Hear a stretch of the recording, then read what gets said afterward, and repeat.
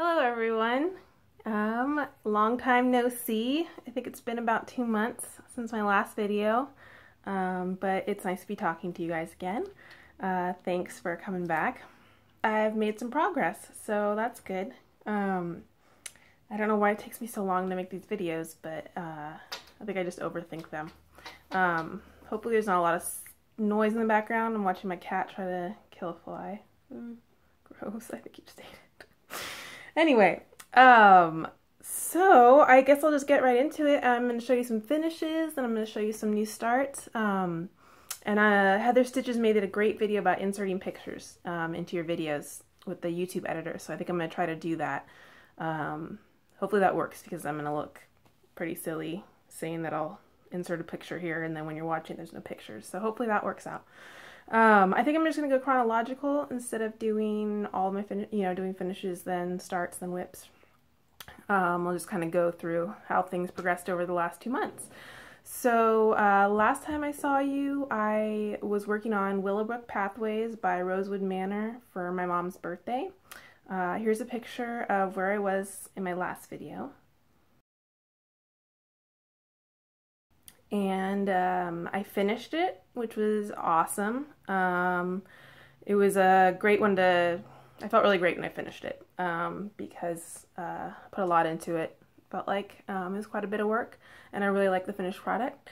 It was a gift, so I gave it away, but here is a picture of it framed.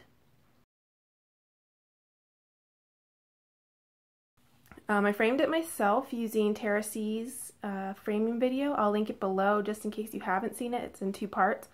It was super helpful.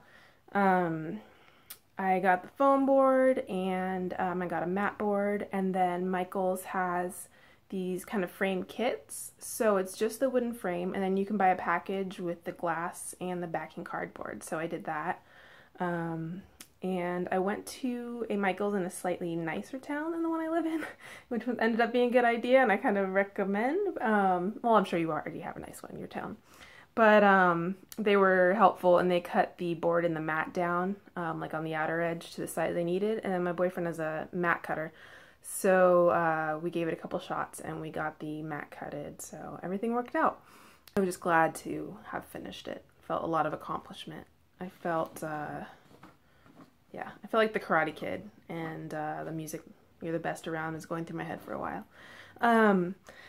Then I finished that, and I had originally thought I would replace that one with Angelica by Lavender and Lace. But I was so happy to have a finish that I decided I would keep trucking with my whips at the time and see how much progress I could make on those. So let's see, the next thing I worked on, the next one to show you. Okay, so last time on my last video, I talked about the Hade I was working on. I was working on Peony Glow by Marion Broom. I'll insert a picture of the pattern here, or sorry, a picture of the design here.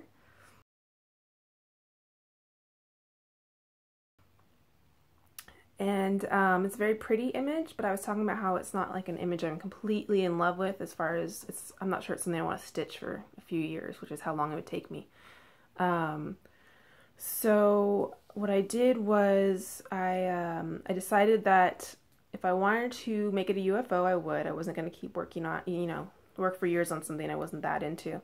But that I wanted to end with like a page finish, just so if I did end up picking it up later or whatever I did with it, at least I'd know where it finished and where to start and that kind of thing.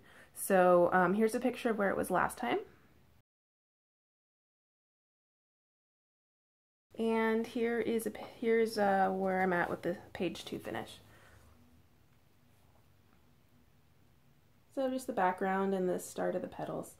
It is pretty, but it's just not something I want to work on forever.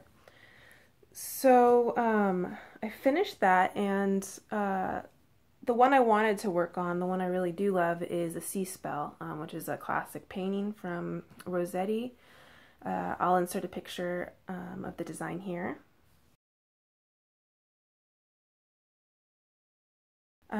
So once I finished the Hade, I didn't want to jump right into another one. I wanted to keep working on my whips. And then I knew that there was going to be a chunk of black at the beginning. If you looked at the picture, you know, in the upper left corner is some black. So I thought I better look at the design and see how much black is involved up there. So I checked it out and there was a good chunk of black. So what I decided to do was just start with the fabric and some anchor black, not even get all the, I was working on kitting it up and bobbinating and all that. I hadn't done all that yet, and I always like to have my thread on Peiko organizers. So I hadn't gotten that set up yet, so I decided I would just do the black because I knew that would be boring, and I didn't want to get stuck early on in the project with a boring chunk like that and have it turn me off and not want to do it anymore or lose interest. So I did that. I'm doing this project in 25 count. The last one was 18 count. I really like the 25 count. I'm doing 1/1. I'm using a big magnifier. And I'm using Magic Guide, which is helpful. So here is where I'm at on this one. Sorry, one second. Sorry, there we go. So the huge chunks of black are right here, obviously, and there's a big thing of black right here. It might not look like a ton, but this is over 2,000 stitches of black. Now I've started with the color, and this is just really, it's confetti. Now I know what confetti is for real, because the other one I was working on was just the gray background and the pink flower, and there were multiple colors in there and shades, but it was nothing like this. What I'm doing is taking the next color and then going down the column, and then if there's, then parking at the end. Some I'm parking to the side because they only go to the side. The color doesn't show up down here. And I'm using waist knots for the first time because it's 25 count and I'm only working with one thread. I can't run it under the stitches in the back like I usually do with my work. So yeah, it's interesting. I can tell it's gonna take me forever because of the confetti, but at least it's an image that I love, and I'm glad I got the black out of the way. So my next finish was my mini garden mandala by Chatelaine. Let me show that to you. Well, let me show you a picture of where I was the last time I made a video.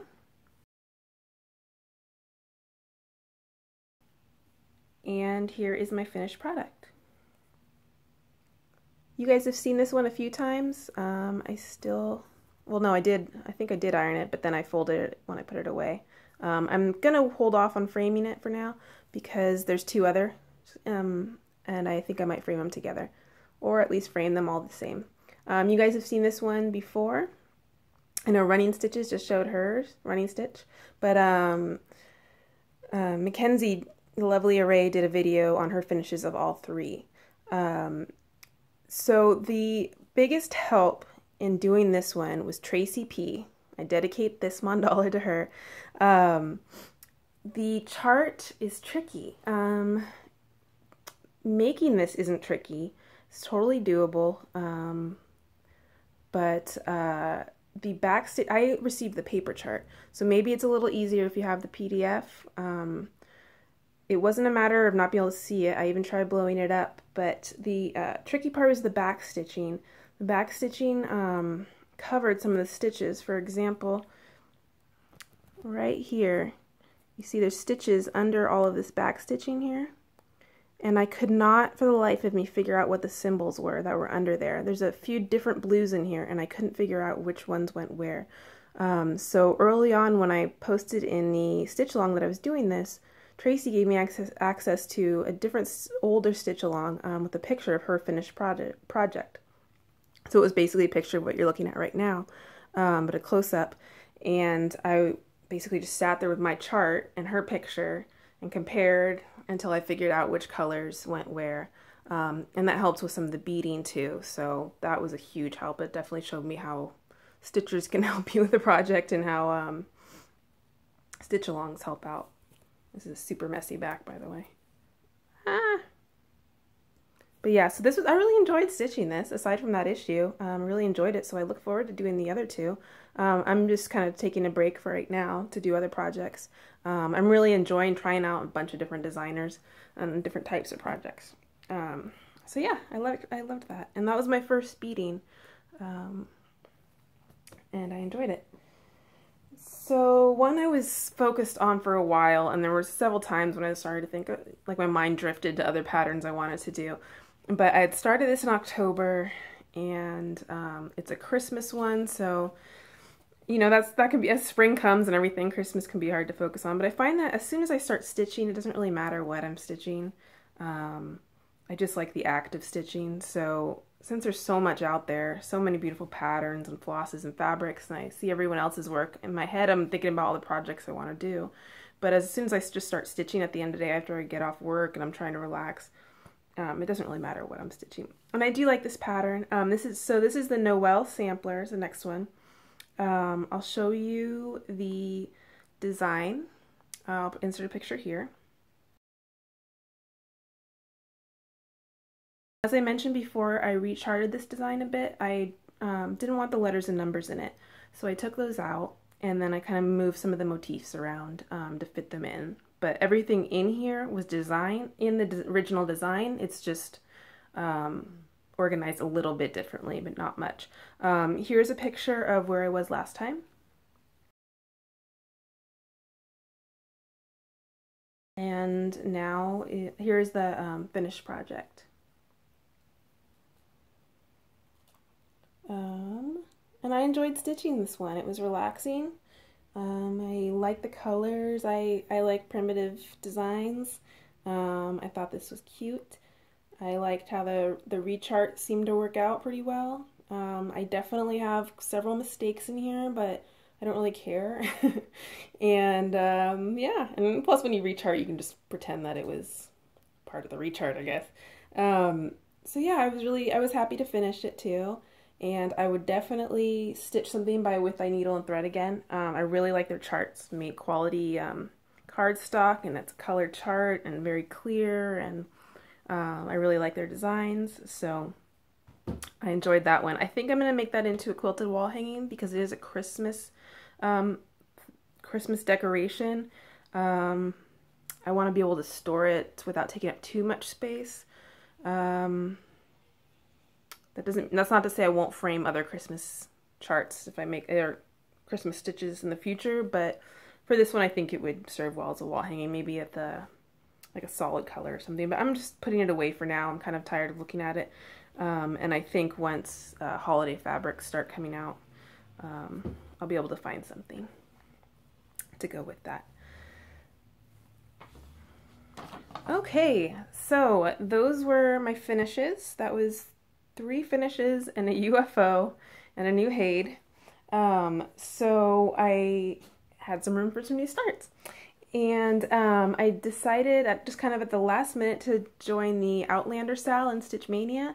I like Outlander. I read the book Outlander, the first one in the series, years ago. I admit I didn't like it enough to read the rest of the series, but I did, you know, the book was good. And so when the TV show started, I had to watch it because I love period pieces, and I knew this one would be interesting. So I do like the show, but I have a friend who loves the show, and she has read all the books, and she's not a big reader. She's just totally obsessed. So the last minute I decided I'll join the Stitch Along and find like just a cute pattern on Etsy, which is what I did. It's called Sassenach by Little Plastic Covers. Here's a picture of the design. And here's where I'm at on that one. So the chart calls for 13 solid colors. She charts an anchor and then converts into DMC. I switched out the solid colors for some Threadworks variegated colors, so I narrowed it down to just 5. Kind of a pinkish, a purple, a blue, a lighter green, and kind of a darker green. So this actually makes the pattern stitch up a lot quicker because I'm not changing colors as much. Let's see if you can kind of pick up the colors. Yeah, so it might, I think it looks a little better in person, but so if this doesn't look as great to you, then doesn't mean you wouldn't like doing the pattern. So that's what I'm going to say. I like the effect, and it keeps it simple, and I think she'll like it. yeah, so it moves pretty quickly. And I'm doing it on a small piece I have of, it's called Crystal Da Vinci by Picture This Plus. It's a 32 count, Lugana. So that's where I'm with that one. One pattern I have been waiting quite a while to work on, and you might recognize this one because Kelly from the Evergreen Needle has been working on it. It's Angelica from Lavender and Lace. That's how it'll look. I'm doing this on a 32 count charcoal Lugana, and I just started this one recently, so I don't have much progress. Here we go. So I made her a pretty grime guard, and I got a pretty needle minder from Cottage Needle. These were all things I was doing as I was putting off starting her. That's all I've got so far. That's around here, top of her dress, or right here on the thigh. Kelly has Kelly's doing the top. She's got good progress going right now. I wanted to start her like 2 months ago, I think I mentioned before. I tend to procrastinate on starts. I don't know what it is, but like I'm always excited to do these projects, and I think about them and make plans for them, and then when the time comes to actually put that first stitch in, I'm always hesitant. I don't know what it is, but I think that's why I have a few less whips than others. So that is it as far as my current projects. So I'm working on Sea Spell, which is my Haid, Sassenach, and Angelica. Oh, there's one more. I've been doing the Joyful World Sal from the Snowflower Diaries. Just a reminder, I'm doing this one 1/1 and on 28 count, and I've substituted the Gast with water lilies from my stash. Here's a picture of where I was last time. Here is where I am now. I'm a little behind the club, but I think last time I was halfway through February. Now I am done with March. So I need to do April and May. May is out now too. 1/1 on 28 count. This is my first time, and it's cool, and I love the effect. I love how small it is, but it gives me headaches, I admit. I really thought I generally have good eyesight, but I'm getting older. I know. So it's a little tough to work on, and that can sometimes turn me off to it. It's not the design. The design is awesome, but I notice I'm a little slow going on it. I think that's why. Because it's just rough on my eyes and my head. The way I have it set up, I can't really attach a magnifier to it. This isn't my magnifier that I use on my Haid. It's big because that's on the scroll, but this is way too big for a Q-snap, so that's okay. So I use mag eyes, but I don't always feel like putting them on. I'm kind of stubborn. But, so I don't know if I'll have progress next time I make a video, on that one. I have a feeling I might procrastinate on that one for a little while, and then at some point go back at it and do maybe a few months at a time. We'll see. So those are my current whips, and I'm enjoying all of them. I've been on the fence about Mania lately, about doing Mania, all the new starts. Normally I wouldn't even consider it, and then all of a sudden I was just, seeing other people plan for it, of course, and it looks like so much fun, but I just don't think I can do it. I think there's nothing wrong in my mind about having a bunch of starts. I say have as many as you want. If you want 500 whips, there's no problem with that. At the end of the day, it's just going to be me. It's not, once I log off Facebook and turn off YouTube, it's just going to be me sitting there with my whips, so it has to be what makes me happy. So I have to decide, do I want a ton of whips or do I just want a few? And I think it might stress me out because I think I just get frustrated because I want to work on everything at once. It's hard for me to have whips that are just set aside and I'm not working on. But it's kind of something an issue I'm trying to resolve myself, I guess. Stitcher problems, you know, because I have so many patterns I want to work on. Because of that, I've also cut way back on buying patterns. I have so many and I love them all and I want to stitch them all, and I find that I feel like if I buy more, I'm just going to get more and more frustrated because I don't have room for them right now. I don't have time to stitch them all. So that's good. At least it saved me a little money for the moment. Who knows how long it'll last. Eventually I'll be spending that money on some Fiberlicious silks though, because she has just come out with, God, like more than 30 colors, and they're beautiful. And I have a million ideas of what I want to do with them. So anyway, so those are the whips. Next haul. Like I said, I've been holding back on buying a lot of patterns, so not as much haul, but that's okay. Haul is haul. So the last video I made, I had a bunch of haul, and the Prairie Schooler Apocalypse had hit me hard. Right before I had made my last video, I had ordered, I think it was the gray fabric for Angelica from 123 Stitch. And of course, while I was buying that, just a few more Prairie Schooler patterns dumped in my cart. Prairie Schooler patterns I bought before were the alphabet, and then a bunch of holiday ones, Christmas, Halloween. So I just felt like I needed a few of the farm ones. So I got Old MacDonald.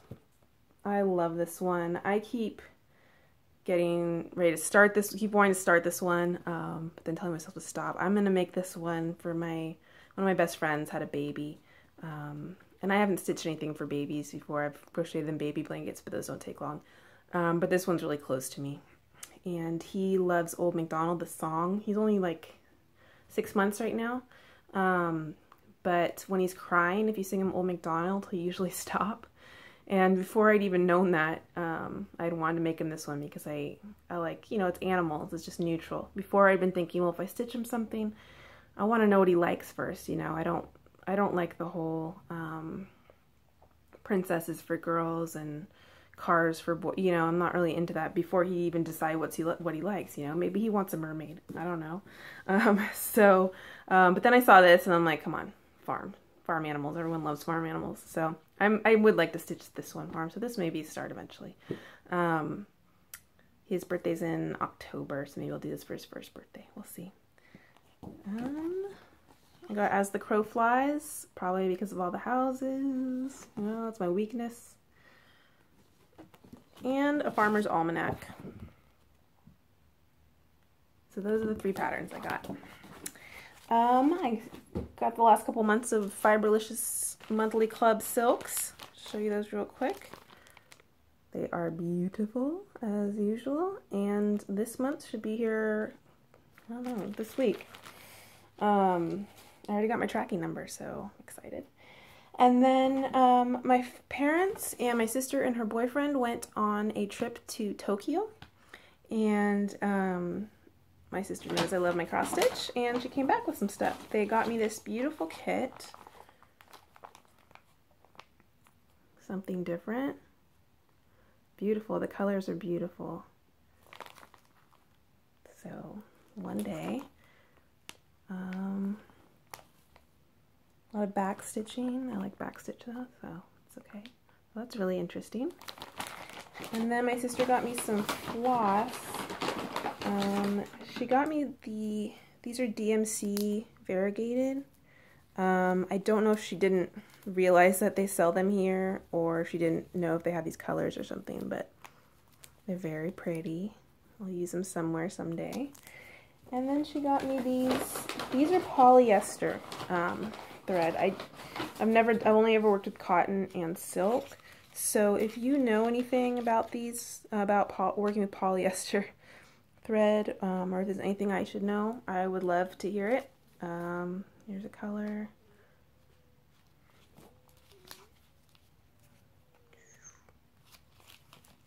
And this one. That was really cute. That was sweet of them. So that was my haul for the last 2 months. Oh, and I got like a white piece of white fabric for Save the Stitches. I'd like to start too, but I have held back. I just got some white even weave, 28 count, and and I'll be using some ink or black. I haven't decided about the accents yet. I didn't buy anything else. I just wanted to see how far I would get before I got any more materials for that. So that about does it for this video. Those are my projects and my haul. I keep it all coming. I love watching everyone on Flosstube. Yeah, thanks for watching, guys. Thanks for subscribing. I appreciate it. And I'm going to try hard to make videos more often. I'm also, I think, with editing, I think I'm going to try to add a couple things on to the end of this video. So don't hit next quite yet, but if I didn't add anything on, then you know that I didn't quite figure out the editing that I thought I would. But I'll keep trying. So anyway, I will see you guys later, and I wish you some good stitchy time. All right, bye. Hi guys, so I thought I would just do a quick little shot of my stitchy spot. I stitch in a few different places in the house depending on what I'm doing, but this is like when work is done for the day and it's the evening, and I'm trying to keep my sanity, and so I get to do some stitching. This is where I hang out. This is like this is a sofa bed, so it's kind of the guest room. It's also the cat room, and there's the cat and his little carpeted steps on the wall, which he doesn't use, just the bottom one with the needle minders. And that's my Lowry stand with my almanac frame. I have like an aught light over there and my chart holder, and that's where I sit and stitch on anything on my frame. And then sometimes I might be working on something else that's on a Q-snap. But I use the stand just for the frame, and I only have one set of stretcher bars at the moment, so I don't switch it around a lot. Yeah, that's it. I mean, not the most glamorous couch, obviously. I cover it with the felt because of my cat, because of the cat hair, and he throws up sometimes, or a lot. And that's a blanket that my great-grandma made. Or that's the story that we're going with anyway. Maybe she bought it at a garage sale, who knows. Anyway, that's my stitchy spot.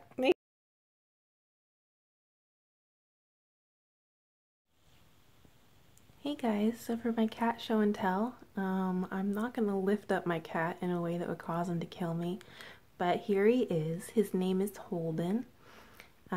He is 13 years old. I've had him since he was 2 months. He vomits on everything I love.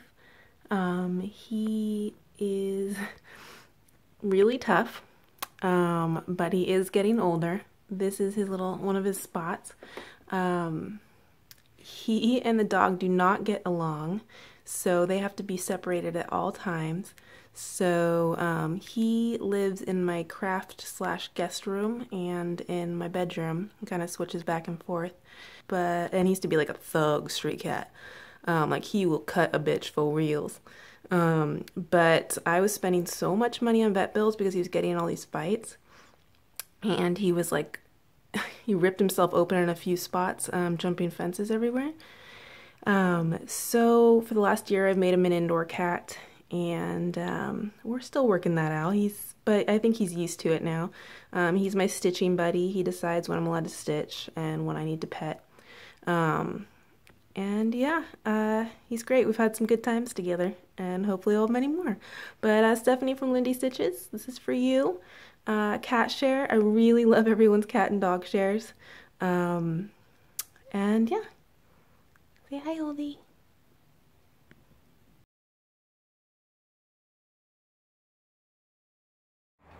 Hey guys, so I told you last time that I enjoy seeing people's backyards.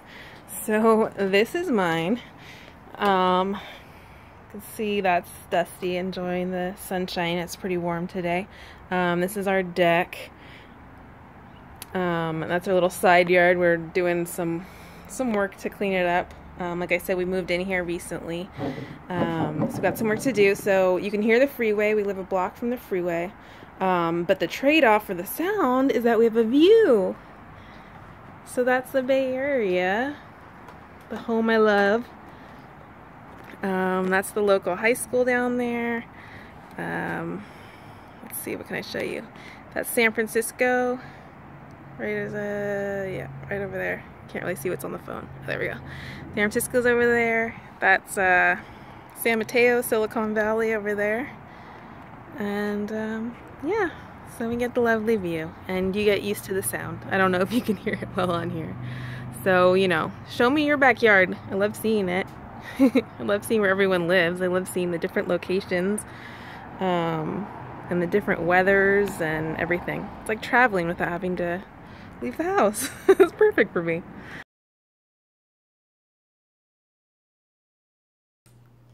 Hey, so Dusty and I are here, and we're going to do the Tracy Talking Tag real quick. Let's get started. You just kind of keep to yourself, and I'll do it, because I don't think anyone's going to understand you. But I appreciate your company. Okay.